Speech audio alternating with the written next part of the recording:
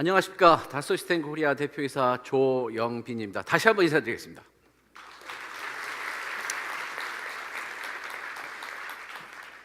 오늘 이렇게 바쁘신데 와주신 여러분들 우선 감사드립니다. 아까도 말씀드렸지만 올 여름 무척 더웠고 굉장히 길었습니다. 근데 또 시간이 가니까 가을이 오네요. 우리도 지금 어려운 상황이 있지만 분명히 다시 또 좋은 시기가 올 거라고 생각하면서 저희가 오늘 주제를 웨이크업 코리아로 정했습니다. 어렵지만 분명히 대한민국은 이길 겁니다. 이번 여름에 저에게는 두 가지 재미있는 스포츠가 있었습니다. 기쁨도 주었고요, 조금 더 생각도 만든 스포츠가 있었는데, 우선 우리 유로피안 축구 경기입니다. 아이슬란드가 어떻게 되는지 한번 비디오를 보겠습니다.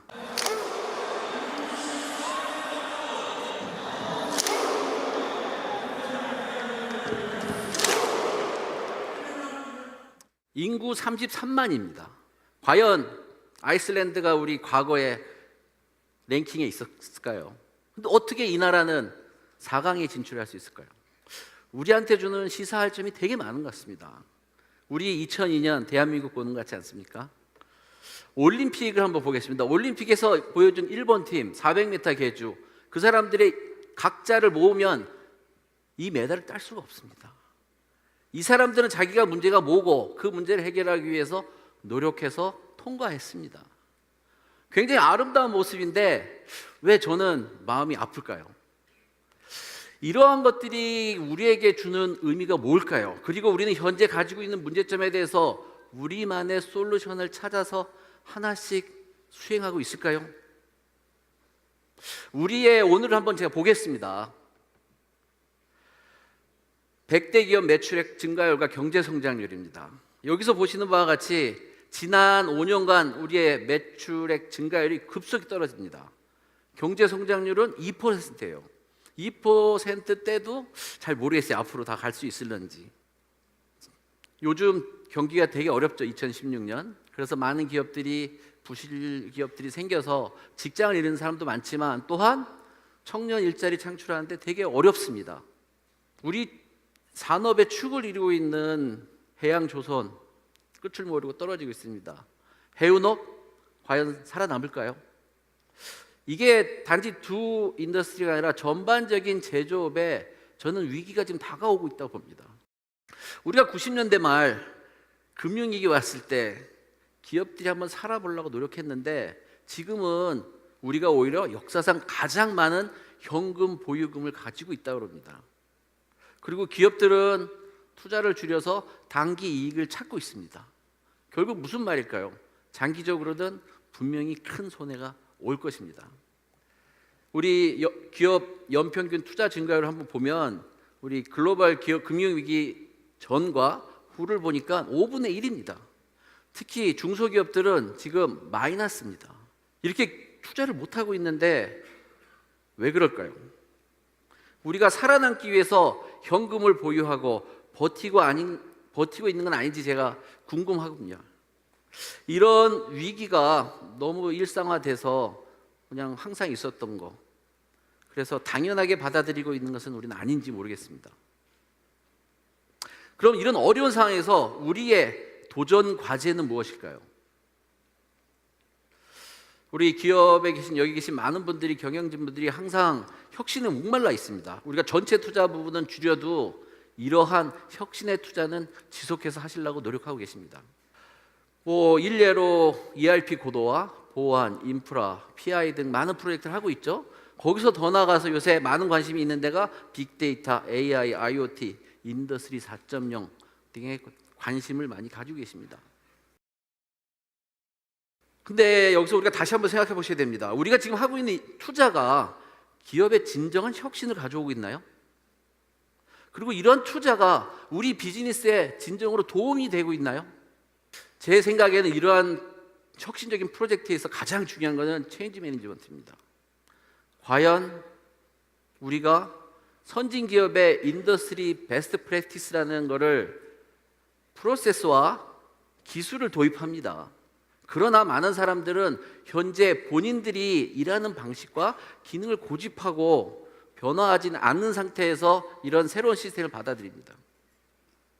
과연 이러한 시스템이 이 기업에 도움이 될까요?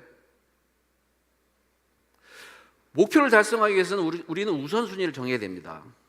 사용자 측면에서는 편리성, 속도 가장 중요하죠. 그러나 기업에게는 효율성과 생산성, 그리고 더 나아가서 기업의 자산으로 남을 수 있는 미래에 대한 연속성이 더 중요하다고 좀 봅니다. 물론 사용자가 중요합니다. 그러나 기업 가치 중심의 프로젝트가 되지 않으면 우리가 얻고자 하는 목표를 얻기는 아주 어렵다고 봅니다. 새로운 혁신을 하는데 또한 가장 중요한 건 투자 비용입니다.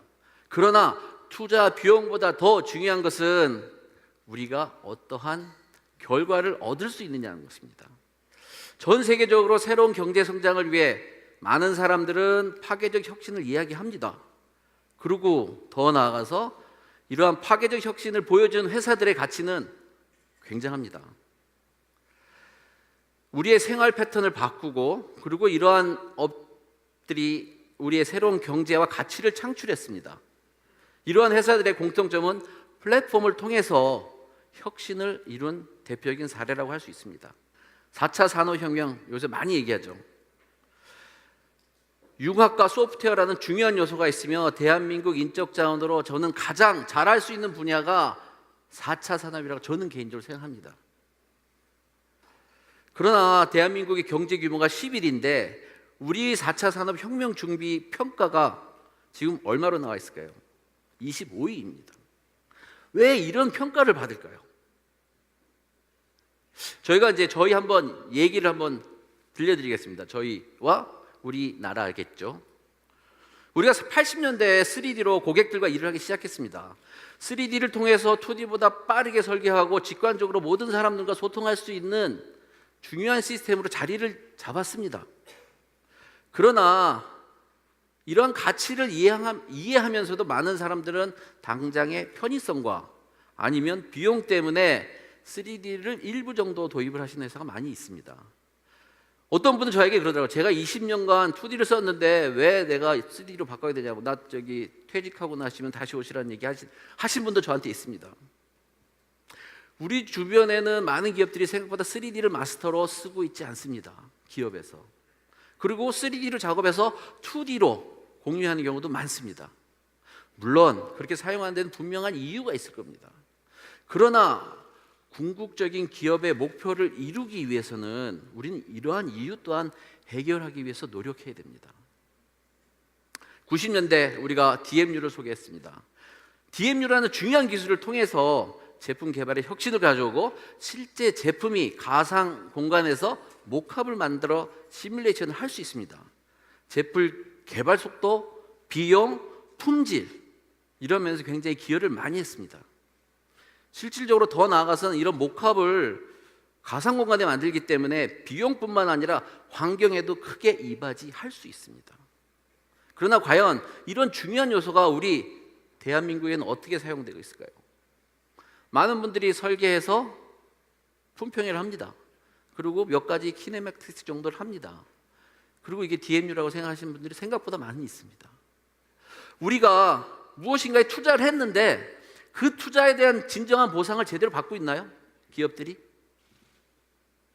2000년대 들어서 PLM이라는 것을 많이 얘기하면서 많은 기업들이 도입을 했습니다. 그러나 아직도 많은 회사들이 파일 베이스로 일을 하고 계십니다. 이러한 막대한 돈과 시간을 들여서 새로운 프로젝트를 하고 기간 시스템을 만드는데 그러한 기간 시스템들이 과연 얼마나 많은 도움을 여러분 기업들에게 주고 있는지요. 우리가 처음에 그런 시스템을 도입할 때 생각했던 목적을 지금 우리가 달성하고 있나요? 요즘 데이터는 기업의 전략적인 자산입니다. 데이터는 4차 혁명 시대의 성공과 실패를 좌우하는 중요한 요소입니다. 구글, 애플 아니면 일반 제조기업들도 이런 데이터를 기반으로 사업을 새로 모색하고 있습니다. 그러나 지금 우리가 갖고 있는 데이터가 정확한가요? 정확한 데이터에 기반 없이 어떻게 우리 기업의 전략과 방향성을 정할 수 있을까요? 우리는 너무 보안에만 신경 쓰지 이 데이터에 어떠한 활용을 할지에 대해서는 조금 적게 생각하고 있는 것 같습니다. 요즘 이야기하고 있는 빅데이터, AI, 과연 기업에 정제된 데이터 없이 이런 게 가능할까요? 또 한 가지 중요한 거는 여러분들이 생각해야 될 게 디지털 연속성입니다. 디지털 연속성을 통해서 우리가 분석을 할 수 있고 보완을 할 수 있고 추적을 할 수 있고 그리고 이런 것들을 통해서 우리가 품질에 커다란 영향을 줄 수 있는데 과연 우리 기업들의 디지털 연속성의 수준이 어디쯤 와 있을까요? 오늘 행사에서는 해외 혁신적인 사례를 2가지 발표할 겁니다. 그리고 우리 같이 고민을 할 것입니다. 먼저 앨리스르 비행기 같은 만든 회사입니다. 회사는 진짜 작은 스타트업입니다. 이 회사는 다소 시스템의 3D 익스피리언스 플랫폼을 사용하여서 제조 과정을 단순화하고 창의적인 협업 모델로 상용 항공기를 만들었습니다. 6명이 비행기를 만드는 회사를 만들었다는 게 대한민국 기업 환경에서 가능할까요? 저는 이러한 기업들이 얼마나 많이 나오느냐가 대한민국이 지속적으로 성장할 수 있는 중요한 엔진이 될 수 있다고 저는 믿습니다. 다음은 우리 전통 항공 엔진 제조사인 사프랑입니다. 이 회사는 제조 혁신 기술로 관심이 모아지고 있는 애디티브 매뉴팩처링 분야에 대해서 전사적인 차원에서 도입을 해서 제조 혁신을 구현하고 보여주는 모범적인 사례라고 저는 생각합니다. 전통 제조업이 과거의 성공을 이루었던 방법이 아닌 새로운 방법으로 성공을 해보겠다고 도전하는 이 모습이 저에게는 굉장히 많이 와닿습니다. 우리의 주변 국가 한번 볼까요? 중국, 메이드 인 차이나라고 얘기를 하는데 벌써 그걸 극복했다고 봅니다. 이제는 글로벌 인더스트리 리더로 무섭게 돌진하고 있습니다. 포춘 500대 기업 중에 100개 기업이 중국 기업입니다. 이제 단순 생산 기지에서 벗어나서 첨단 산업에 도전장을 내고 벌써 몇 가지는 성공했습니다. 10년 후 중국, 여기 계신 분들 아무도 생각 못할 겁니다. 저도 중국 갈 때마다 항상 10년 후 중국에 대해서 예상을 못하겠더라고요. 일본 볼까요? 장기적 불황에서 벗어나서 지금 제조 강국의 자리를 다시 잡아가고 있습니다. 새로운 비즈니스에 도전하고 성공하고 있습니다. 여기 있는 후지필름 여러분들은 사진기 안에 있는 필름 회사로 보십니까? 더 이상 후지필름은 필름 회사가 아닙니다. 우리는 과거에 일본을 보수적이고 변화가 느리다고 했습니다. 근데 제가 요새 느끼는 거는 한국이 오히려 더 보수적이고 더 느린 것 같습니다. 깨어나라 대한민국. 지금 우리 앞에는 전례 없는 위기가 놓여 있습니다.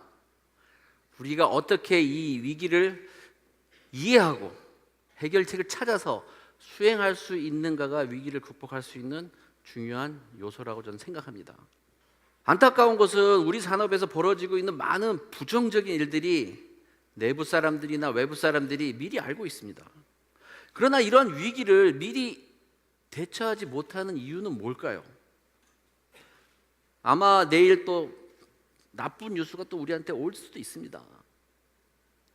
혹시 우리 스스로가 현재 문제를 알고 있지만 문제가 골마 터질 때까지 기다리고 있는 건 아닌가요? 우리는 과연 목적 지향적인 투자를 하고 있어요? 우리는 이런 투자가 변화 관리와 잘 맞물려 진행되고 있나요? 우리는 파괴적 혁신을 위해서 어떤 준비를 하고 있나요? 또한 우리는 기업을 데이터 중심으로 경영을 하고 있는지 잘 모르겠습니다. 그러나 이런 것들을 해결할 수 있는 중요한 것은 플랫폼입니다. 다소 시스템은 여러분의 혁신이 성공할 수 있도록 도와줄 수 있는 검증된 파트너사입니다. 글로벌 선도 기업들이 이미 우리와 함께 플랫폼을 통한 3D를 기반으로 디지털 자산을 전략적으로 관리하고 비즈니스 가치를 일궈내고 있습니다.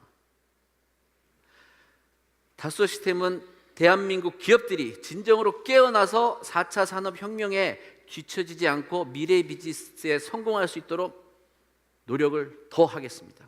우리 스스로를 냉정하게 들여다보고 해결책을 찾으면 우리는 분명히 다시 일어날 수 있습니다.